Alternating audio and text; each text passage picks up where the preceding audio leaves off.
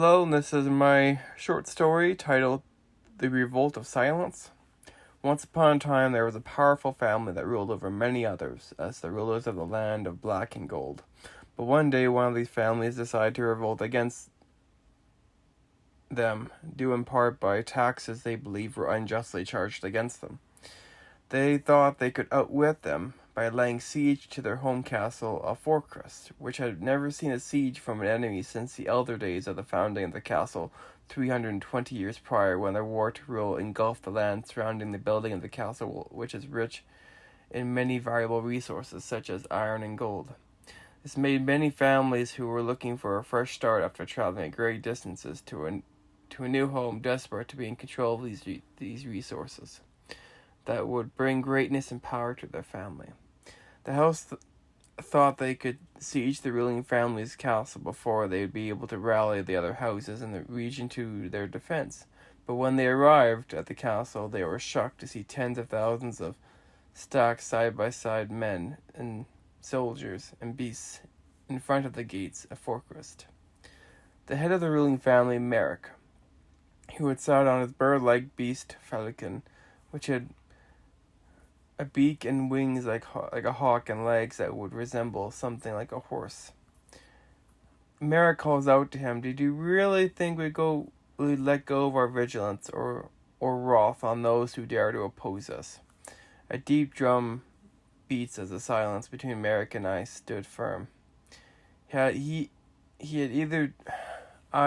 either to bend the knee and suffer the consequences of the revolt against whom I had sworn to serve. We had a meager 6,000 men at our backs, which was a great number, but not against the army that lay before us and the garrison that protected the castle. I chose then to suffer the insufferable.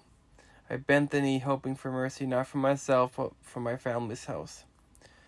Merrick approached with the garrison after seeing me bend the knee. He approached close enough that I could see and smell the mud that was stricken upon his boots. He stood for a moment before resembling walking away, but in a swift motion he cut off my lord's head. All of us stood in shock as he wiped the blood from his sword on a soft cloth. As he approached us, he addressed us. "Your lord is dead."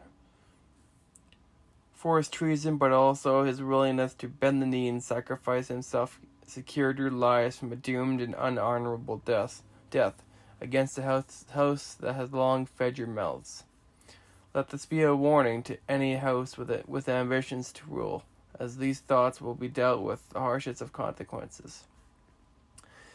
He then ordered us to take our lord's head back to our families as a gift of consequences to their betrayal. So there it is. This is the story of the Revolt of Silence, which ended in silence and a head severed.